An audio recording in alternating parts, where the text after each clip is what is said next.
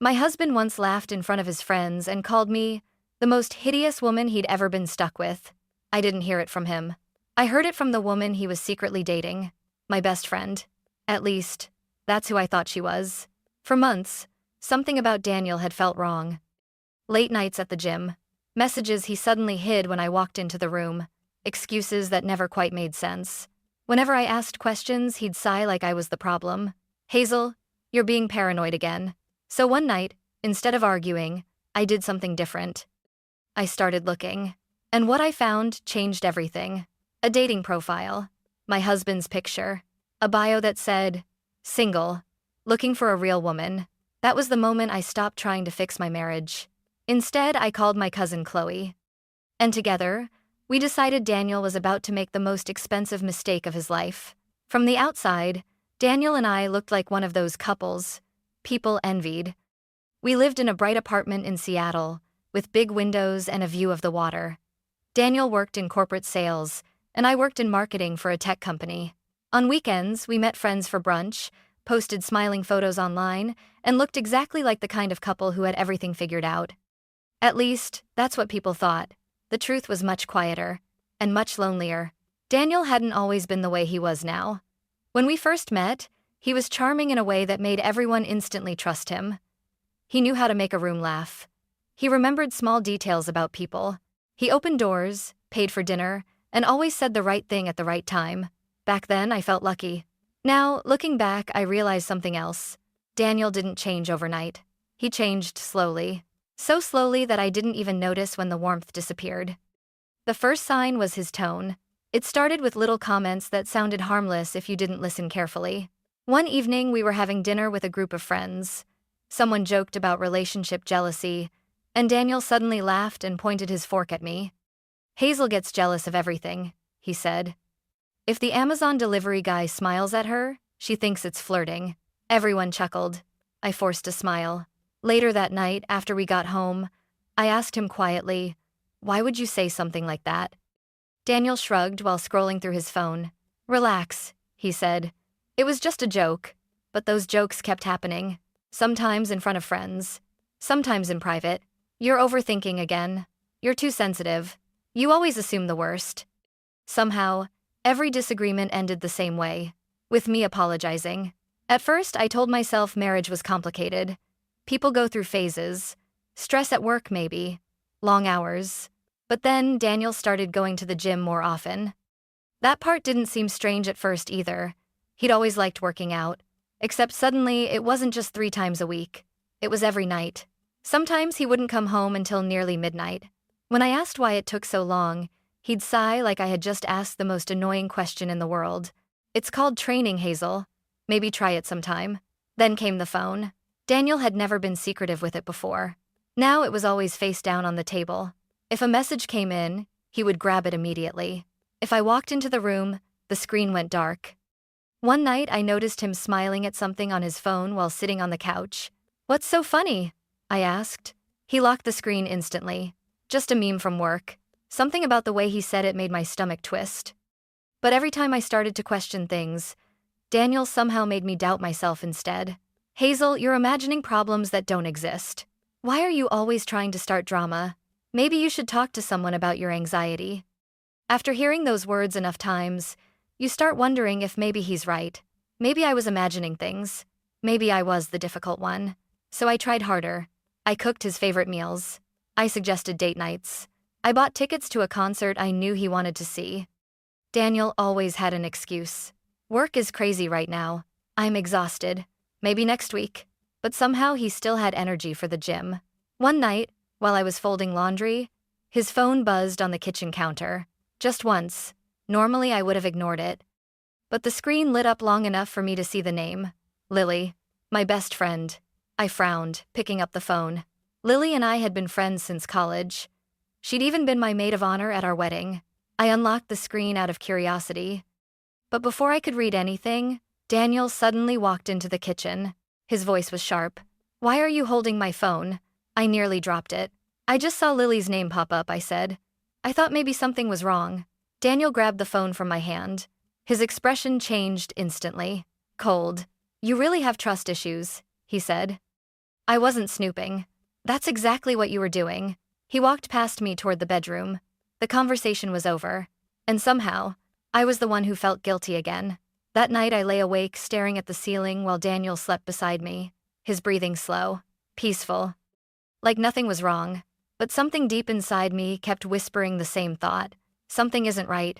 I didn't know yet just how wrong things really were. Because, in just a few days, I was about to discover that my husband wasn't just lying to me. He was humiliating me. To people I trusted the most. The truth didn't come from Daniel. It came from Lily. 3 days after the phone incident, I was at work when my phone buzzed with a message from her. At first it looked normal. Lily. Hey, are you busy? I smiled slightly. Lily had always been the dramatic one in our friendship. If she had gossip, she never delivered it in a normal way.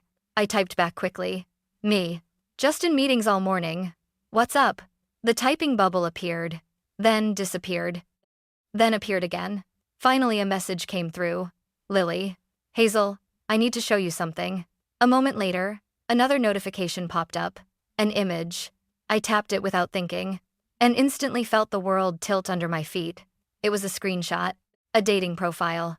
The picture was unmistakable. Daniel. Same smile. Same gym photo he'd posted on Instagram months ago. Except the bio underneath made my chest tighten. Single. Looking for something real. For a moment I just stared at the screen. My brain refused to process it. This had to be fake. Someone had stolen his photo. That was the only explanation. I called Lily immediately. She answered on the first ring. Hazel, she said softly. Tell me this isn't real. I whispered. There was a long pause. I wish I could. My fingers trembled around the phone. How did you find this? One of my coworkers matched with him last week, she said. She recognized him from your wedding photos. My stomach twisted. Maybe she's mistaken. Hazel. Lily's voice lowered. His name is Daniel. His age is correct. His job description matches exactly. Silence filled the line. Then she added something that made the air leave my lungs. He's been messaging a lot of women. My heart pounded. Messaging how? Another pause. The kind that tells you the answer will hurt. Flirting. Sending compliments. Asking them out. I sank into the chair at my desk. My mind raced through every late night. Every gym session. Every work dinner. Suddenly, they all made sense. But then Lily said something that hurt even more. There's something else. My voice barely came out. What? I wasn't sure if I should tell you. Lily. She exhaled slowly. He talks about you. A knot formed in my throat. What does he say? I heard her swallow. Then she read one of the messages. I'm basically single anyway. Just stuck with my wife for now. My vision blurred. But Lily wasn't finished. He also told someone that he was planning to leave you soon. The words echoed in my head. Leave me. Leave me. Leave me. I pressed my hand against my forehead. Why would he say that? I whispered. I don't know. Then Lily's voice became even quieter. But Hazel, there's one message that really bothered me. My chest tightened. What message? He was talking to a woman who asked why he hadn't left you yet. My breath caught. And he said. She hesitated again. Lily, just tell me. Her voice dropped to a whisper. He said you were the most hideous woman he'd ever been stuck with. For a moment, I couldn't hear anything. Not my office. Not the people walking past my desk. Nothing. Just those words. Hideous. 4 years of marriage. And that's how he described me. I stared down at the screenshot again. The smiling photo. The word single. My chest felt hollow. But strangely, I didn't cry. Instead, something cold settled inside me. Hazel? Lily said carefully. Are you still there? Yes. What are you going to do? I looked out the office window at the gray Seattle sky. Confront Daniel? Scream at him? Throw him out? All those options ran through my mind, but none of them felt right. Because if Daniel thought I was the hideous woman he was trapped with, then he clearly had no idea who I really was. I'm not confronting him, I said finally. What? I want to know everything first. Hazel. Trust me. There was a long pause. Okay, Lily said slowly. But what's the plan? I leaned back in my chair. And suddenly, a very specific idea formed in my mind. Someone who could get close to Daniel. Someone who looked just enough like me to confuse him. I opened my contacts, scrolled down, and stopped at one name. Chloe. My cousin. I pressed the call button. When she answered, I didn't waste time explaining the whole story. I just said 5 words. Chloe, I need your help. There was a pause. Then she asked calmly, what kind of help? I looked again at Daniel's dating profile, at the word single. And for the first time since seeing the screenshot, I smiled. The kind that teaches someone a very expensive lesson. Chloe didn't react the way most people would. She didn't gasp. She didn't try to calm me down. Instead, she said something that made me sit up straighter in my chair. Send me his gym schedule. I blinked. That's your first question? Hazel, Chloe said, her voice calm and focused. Men like your husband are predictable. What do you mean? They always think they're smarter than everyone else. There was a pause. And they never notice the trap until it's too late. I leaned back in my chair, my heart still pounding from everything Lily had told me. You're serious about this? Completely. Chloe had always been like that. When we were kids, she was the cousin who organized elaborate pranks during family holidays. When someone wronged her, she didn't explode emotionally. She got strategic. So, she continued, how often does Daniel go to the gym? Tuesday and Thursday evenings. Around 7. Same place every time? Yes. The Meridian Fitness Club downtown. Chloe hummed thoughtfully. Perfect. What's perfect? I'll join that gym. I sat up. Wait. You're really going to meet him? Not meet him, she corrected. Run into him. The difference in wording made me laugh nervously. You make that sound easy. It is easy. She paused. Especially if he's already looking for attention. I couldn't argue with that. Hazel, Chloe continued gently, are you sure you want to do this? For a moment, doubt crept into my mind. Was this too much? Too dramatic? Too risky? But then Daniel's words echoed in my head again. The most hideous woman he'd ever been stuck with. 4 years of loyalty. 4 years of believing in our marriage. And that was how he saw me. My voice hardened. Yes. Okay, Chloe said. Then here's the plan. She explained it step by step. First, she would get a guest pass to Daniel's gym through a friend of hers who already had a membership. Second, she would accidentally work out near him. Not too obvious. Just enough to catch his attention. And if he talks to you? I asked. Chloe laughed softly. Oh, he will. And then? Then I flirt. I covered my face with my hand. This is insane. Maybe, she said cheerfully. But I promise it'll work. What if he recognizes you? Chloe and I did look similar. Same dark hair. Same eyes. But Chloe was taller. More confident. And carried herself like someone who never doubted her own worth. He won't recognize me, she said. Why are you so sure? Because men like Daniel don't look closely at women. What do you mean? They look at what they want to see. Her words made an uncomfortable kind of sense. Okay, I said slowly. So you flirt with him? Then what? Chloe's voice dropped slightly. Then I see how far he's willing to go. 2 days later, I was sitting on my couch staring at my phone. It was Tuesday evening, 7:12 p.m. Daniel had left the apartment half an hour earlier. Leg day, he had said casually while tying his sneakers. He didn't even look at me when he left. My phone buzzed suddenly. A message from Chloe. Chloe, I'm here. My stomach flipped. I typed back quickly. Me, do you see him? 3 dots appeared. Then another message arrived. Chloe. Yep. A second later, Chloe. Target acquired. Despite everything, I laughed out loud. What does he look like? I texted. Her response came instantly. Exactly like the kind of guy who thinks he's irresistible. I could practically hear the smirk in her voice. A few minutes passed. Then my phone buzzed again. Chloe. He's staring. What? He keeps looking over here. My heart started racing. Hazel, she texted again. I'm not even doing anything. I bit my lip. What if he walks over there? 3 dots appeared again. Then her message came. Too late.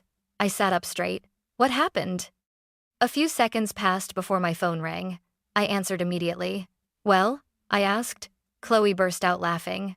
You're not going to believe this. What? He just asked for my number. I blinked. That fast? He bumped into me near the dumbbells and started talking about protein shakes. I stared at the wall in disbelief. And then he said I looked like someone who took fitness seriously. I groaned. That's his line? Apparently. There was a pause. Then Chloe added, Hazel. This man didn't hesitate for even 1 second. Something about the way she said it made my chest tighten again. 4 years of marriage. And it had taken less than 5 minutes for him to start flirting with someone else. What did you say? I asked quietly. I gave him my number. Chloe. Relax, she said calmly. This is exactly what we wanted. I knew she was right. Still, hearing it felt surreal. My husband, flirting with my cousin, while believing I knew nothing. So what now? I asked. Chloe chuckled softly. Now we wait. For what? For him to text me. Right on cue, her phone buzzed. She laughed again. Well, that didn't take long. My stomach dropped. What did he say? She read the message out loud. Hey, it's Daniel from the gym. Maybe we could get a smoothie sometime. I leaned back on the couch slowly. It had officially started, and Daniel had no idea that every message he sent was already being read by the woman he thought he was betraying. By the end of that same night, Daniel had already sent Chloe 12 messages. 12. I was sitting on my couch while Chloe read them to me over speakerphone, and every single one made my stomach twist in a different way. Listen to this one, she said. Her voice shifted slightly as she read his message. You looked amazing at the gym tonight. I don't usually talk to people there, but something about you caught my attention. I let out a slow breath. That's exactly what he told me the first week we met. Chloe paused. Seriously? Word for word. She gave a low whistle. Wow, he's really recycling material. Despite everything, we both laughed. But the laughter faded quickly when she read the next message. Are you seeing anyone? I leaned back against the couch cushions. That didn't take long. Not even a little, Chloe replied. She typed something back while we were still on the phone. What did you say? I asked. I told him I was single. A moment later, her phone buzzed again. Wow, she said. What now? Perfect. I'm basically single too. My chest tightened. Basically? His words, not mine, Chloe said. Then she added quietly. And Hazel. He didn't even hesitate before saying it. I stared at the ceiling. 4 years of marriage. Reduced to, basically, single. What else did he say? I asked. Chloe hesitated for a second. You sure you want to hear all of it? Yes. She took a breath and read the next message. My situation is a little complicated. My wife and I aren't really happy anymore. I let out a short laugh. That's news to me. Hazel. I'm fine, I said quickly. Keep going. Another message buzzed in. Chloe read it aloud. Honestly, I feel like I've been stuck for a long time. The word stuck echoed in my head. Then came the one that made my chest tighten again. She's not exactly the woman I thought she'd be. Chloe went silent. I knew why. Just read it, I said. Her voice was softer this time. Sometimes I feel like I settled. I closed my eyes. It was amazing how someone could say something so cruel while pretending to be charming. What did you reply? I asked. I said that sounded difficult. I laughed quietly. You're really committing to this role. Fully method acting, she joked. Then her tone shifted. Hazel, I think he's going to ask me out. Right on cue, another message appeared. Chloe read it. Would you want to grab dinner sometime? There's a great place near the waterfront. I froze. The restaurant name appeared on the screen a second later. It was the same restaurant where Daniel and I had celebrated our anniversary 2 years ago. Of course it is, I muttered. What? That's where he took me on our second anniversary. Chloe's voice hardened slightly. Then maybe it's fitting. She typed something quickly. What did you say? I asked. I said yes. Of course she did. Because that was the plan. But hearing it still made something twist in my chest. Daniel came home an hour later that night. He looked relaxed, almost cheerful. Good workout? I asked casually. Yeah, he said, dropping his gym bag near the door. Leg day? Something like that. He walked into the kitchen and opened the fridge. Anything good for dinner? I made pasta, I said. He nodded. Great. While he ate, his phone buzzed twice on the table. He glanced at it quickly and smiled. Then he flipped the phone face down. I watched the movement carefully. Work messages? I asked. Yeah, he said without looking up. I almost laughed. Because at that exact moment, my own phone buzzed with a message from Chloe. Chloe. He's asking what kind of wine I like. I stared across the table at my husband, at the man who was happily eating the dinner I cooked for him, while secretly planning a date with my cousin. Hazel? I blinked. Daniel was looking at me. You okay? Yeah, I said softly. Just tired. He nodded. You've seemed kind of distant lately. The irony of that statement almost made me choke, but I just smiled politely. I'm fine. Later that night, after Daniel fell asleep, my phone buzzed again. Another message from Chloe. Chloe. Date confirmed. Friday night. I stared at the message for a long moment. The trap had officially closed. Daniel thought he had met a beautiful stranger at the gym. He thought he was starting an exciting new relationship. What he didn't realize was that every single step he took now was being watched, and every lie he told was slowly building the very lesson that would destroy him. Daniel spent almost an hour getting ready for his work dinner that Friday night. I noticed every detail. The way he tried on 3 different shirts. The way he sprayed cologne twice instead of once. The way he checked his reflection in the hallway mirror before leaving. You look dressed up for a meeting, I said casually. He didn't look at me. It's with a new client, he replied.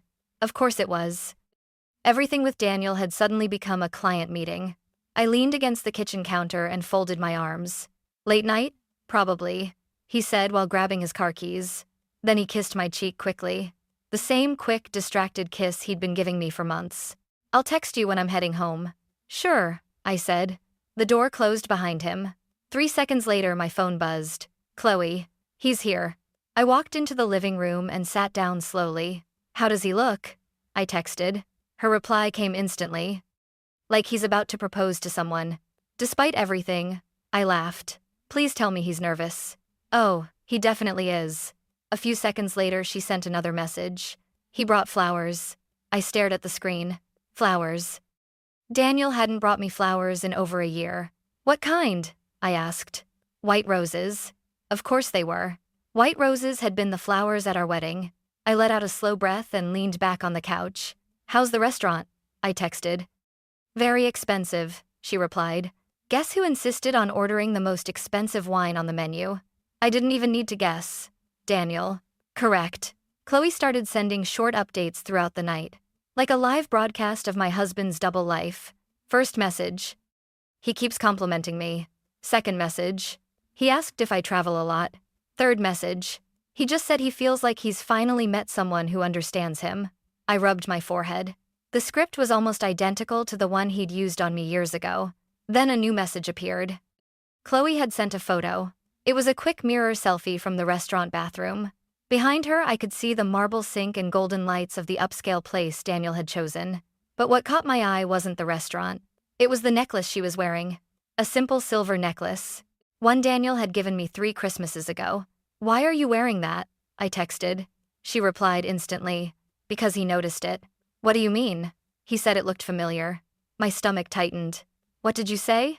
I told him my cousin gave it to me. I sat up straight. And? He laughed and said. There was a pause before the next message arrived. I already knew it wouldn't be good. Chloe sent a screenshot. Daniel's message read, Your cousin has great taste. Mine, not so much. Below it was another message. My wife has terrible style. I stared at the screen until my eyes blurred. Then Chloe called me. You okay? She asked gently. Yes. You don't sound okay. I took a slow breath. I'm just realizing something. What? This is easier for him than I thought. Chloe was quiet for a moment. Hazel. He's not conflicted, I said. He's not guilty. He's excited. There was a pause. Then Chloe said softly, You want to hear the rest? Yes. She lowered her voice slightly. He just told me something. What? That he's basically single. My chest tightened again. Basically. Those were his exact words. And then he said something else. I braced myself. What? He said he's planning to leave his wife soon. For a moment I didn't speak. Because hearing the words didn't hurt the way I expected. Instead, they made everything clearer. 4 years of marriage. And Daniel had already rewritten the story in his mind. In his version, he wasn't cheating. He was escaping. Chloe's voice pulled me back. Hazel? Yeah. He just asked if I want dessert. I almost laughed. Of course he did. Then she added. And he said he wants to see me again this weekend. My lips curved into a small, cold smile. Tell him yes. You sure? Absolutely. Why? I looked around the quiet apartment. At the photos on the wall. At the life Daniel thought he was walking away from. Because, I said calmly, the deeper he falls, the harder it's going to hurt when he hits the ground. For the next 2 months, Daniel lived 2 completely different lives. And somehow, he thought he was managing both perfectly. To me, he was the tired husband working late nights and attending endless client meetings. To Chloe, he was the charming man finally escaping a miserable marriage. Every week he spent more money. Dinner reservations at places he had once said were too expensive. Concert tickets. Weekend trips. One evening, Chloe called me laughing. "You're not going to believe this." "What happened?" "He just bought me a new phone." I blinked. "A phone?" "Yep," said mine looked old. "What did you do?" "What do you think?" she said cheerfully. I accepted it. The next day she handed it to me. "Your screen is cracked anyway," she said with a grin. Soon there were other gifts. Designer shoes, a bracelet, even a weekend spa reservation. Daniel had never been generous like that with me, but apparently he was willing to empty his wallet trying to impress someone new. Meanwhile, every night he came home complaining about money. "Things are tight at work right now," he said one evening while scrolling through his banking app. "We might need to cut back a little." I stared at him across the dinner table. "Cut back on what?" He shrugged. "Maybe fewer takeout nights." The irony was almost painful, because at that exact moment, Chloe had just texted me a photo of Daniel paying for a $400 dinner. But the real surprise came 3 months into the plan. It happened on a Wednesday night. Daniel came home unusually early. He looked nervous, like someone about to make an important speech. "Hazel," he said, standing awkwardly in the living room. "Can we talk?" My stomach tightened. "Sure." He took a deep breath. "I've been thinking a lot about us." I waited quietly. And then something completely unexpected happened. Daniel reached into his pocket and pulled out a small black ring box. For a moment, I thought I was imagining it. But then he dropped down onto one knee. "Hazel," he said softly, "I know things haven't been perfect lately." My mind raced. This couldn't be real. Not when I knew exactly what he had been doing behind my back. "I think we've both made mistakes," he continued. "But I believe we can start fresh." He opened the ring box. Inside was a simple diamond ring. "Will you marry me again?" For a full 5 seconds, I couldn't speak. My husband, the man secretly dating another woman, was proposing to renew our vows. I forced tears into my eyes. Not entirely fake. "Daniel, my voice trembled. "This is a lot." He stood up slowly. "I know I've been distant," he said, "but that's because I've been trying to figure out what really matters." The words felt surreal, because at that exact moment my phone buzzed in my pocket.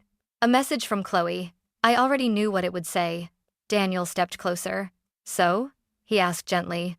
I wiped my eyes. "I need time." His shoulders relaxed slightly. "That's fair. I just want to be sure we're doing this for the right reasons." He nodded. "Take all the time you need." Then he hugged me and whispered something that made the entire situation even more unbelievable. "I don't want to lose you." After he went to bed that night, I walked out onto the balcony and immediately called Chloe. She answered on the first ring. "Well?" she asked. "How was dinner with Romeo yesterday?" "You're not going to believe this." "What?" I took a deep breath. "Daniel just proposed to me." Silence exploded through the phone. Then Chloe burst into laughter so loud I had to hold the phone away from my ear. "You're kidding." "I wish." "He proposed? While dating me?" "Yes." "Oh my God," she said, still laughing. "This man is unbelievable." "That's one word for it." She finally calmed down. "Well," she said slowly, "that actually makes our plan even better." "How?" "Because now," Chloe said, "he's about to lose 2 women at the same time." I leaned against the balcony railing, looking down at the quiet street below. Somewhere inside the apartment, Daniel was sleeping peacefully, still believing he was in control, still believing his secrets were safe. But what he didn't know was that his biggest mistake wasn't cheating. It was thinking he was the smartest person in the room. And very soon, he was about to discover exactly how wrong he was. By the time Daniel proposed, our plan had already been running for almost 4 months. 4 months of lies. 4 months of watching him spend money he didn't have trying to impress the woman he thought would replace me. And 4 months of Chloe quietly documenting everything. Every message. Every lie. Every insult. But the most expensive part of Daniel's fantasy was still ahead of him. One night, Chloe called me sounding unusually excited. "You need to hear this," she said. "What happened?" "He's planning a vacation." I frowned. "With you?" "Oh yeah," she replied. "And not just any vacation." There was a pause. "Hazel," He wants to take me to Hawaii. My eyebrows shot up. Hawaii? 5-star resort, oceanfront room, private excursions. I let out a slow whistle.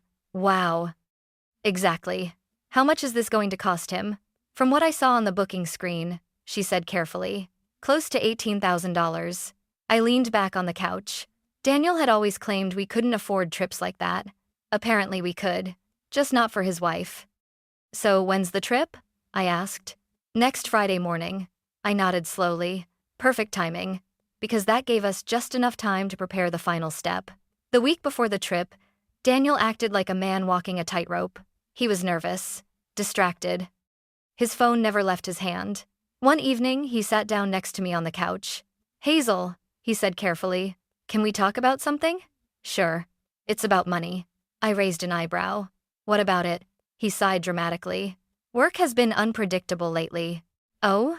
Some payments are delayed, and I've had a few unexpected expenses. I almost laughed. Unexpected expenses. That was one way to describe luxury vacations and designer gifts. What kind of expenses? I asked. Just things I had to cover for clients, he said vaguely. Then he leaned forward. I was thinking, maybe you could help me out temporarily. My stomach tightened. How?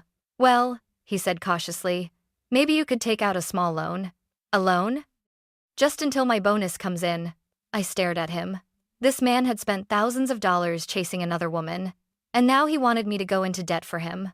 Hazel, he added quickly, it would really help us. Us. I almost admired the confidence.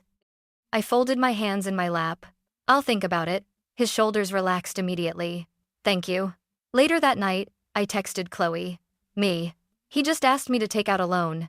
Her response came seconds later. Chloe. Oh, this just keeps getting better. 2 days before the trip, Chloe sent me the message we'd been waiting for. Flights confirmed. She also sent screenshots of the booking. Luxury airline seats. A 5-star resort. Private boat tours. Daniel had drained almost everything from his savings account. Even worse. He had transferred money from our joint account to pay the final deposit. When I saw that, the last trace of guilt disappeared. Because this wasn't just cheating anymore. It was betrayal. Financial betrayal. Which meant I had every legal reason to protect myself. That same evening, I quietly moved the rest of my belongings out of the apartment. Important documents. Jewelry. Personal records. Everything went into boxes at my new apartment across town. Daniel didn't notice. He was too busy texting Chloe. The night before the trip, he hugged me at the door. I'm leaving early tomorrow for a business conference, he said. I nodded. Good luck. He kissed my cheek. Think about what we talked about, okay? About the loan. Of course. He smiled. Thanks, Hazel. After he left the room, my phone buzzed. A message from Chloe. Chloe. Airport tomorrow. 8:30 a.m. I stared at the message for a moment. Tomorrow. Tomorrow, the entire illusion would collapse. The next morning, Daniel left the apartment at 7 a.m. with a suitcase. He looked happier than I'd seen him in months. Excited. Hopeful. Completely unaware of what was coming. From my new apartment, Chloe and I watched everything unfold. At 8:27 a.m., she texted me. He just walked into the terminal. 2 minutes later, he's looking around for me. I could almost picture it. Daniel standing there with his suitcase, waiting for the woman he thought he was about to start a new life with. At exactly 8:45 a.m., Chloe sent him the message we had prepared the night before. A selfie. In the photo were 3 women. Chloe, me, and Lily standing between us. All 3 of us smiling. The caption underneath read, "Hope you enjoy the $18,000 vacation you bought for yourself." Then one final line. "Your wife knows everything." And with that, Chloe blocked his number. Everywhere. For a full minute, neither of us said anything. Then Chloe sent one last message. He just saw it. What happened? I typed quickly. Her reply came seconds later. He froze. I could almost see it in my mind. Daniel, standing in the middle of the airport, phone in his hand, realizing that every lie, every insult, every dollar he spent, had just come crashing down all at once. And the worst part? He still hadn't seen what was waiting for him back home. The moment Chloe sent that selfie, Daniel started calling. Over. And over. And over again. First he called Chloe. Blocked. Then Lily. Blocked. Then me. Also blocked. By noon, my phone had already recorded 17 missed calls from unknown numbers. Daniel was clearly trying from different phones. Coworkers, friends, anyone he could borrow a device from. Each voicemail sounded more desperate than the last. Hazel, please call me back. Hazel, this isn't what you think. Hazel, we need to talk. I listened to them calmly while sitting in my new apartment, sipping coffee by the window. For the first time in months, I felt strangely peaceful. Because Daniel no longer had control of the story. That afternoon, I returned to our old apartment one last time. Not to see him, but to leave something behind. On the kitchen table, I placed a sealed envelope. Inside were printed screenshots. Messages Daniel had sent Chloe. Messages where he called me hideous. Messages where he bragged about leaving me soon. Messages where he described me as convenient. Attached to the screenshots was a short letter. It read, Daniel, I know everything. I know about the dating profile. I know about the lies. I know about the money you moved from our joint account. This letter is not an argument. It's a record. Any further contact from you will be documented and forwarded to my attorney. Please arrange communication through legal channels only. Hazel. I placed the envelope on the counter and walked out. No drama. No shouting. No confrontation. Just facts. 3 nights later, my phone buzzed at 1:03 a.m. Motion detected. My Ring doorbell camera had been activated. I opened the app. And there he was, Daniel, standing outside my apartment door. His hair messy, his shirt wrinkled, his eyes red. He looked completely different from the confident man who had left for the airport a few days earlier. Hazel, he said hoarsely, staring directly into the camera. Please, just talk to me. My phone screen showed something else. 34 missed calls. He wiped his face with both hands. I know I messed up, he continued. I made a huge mistake.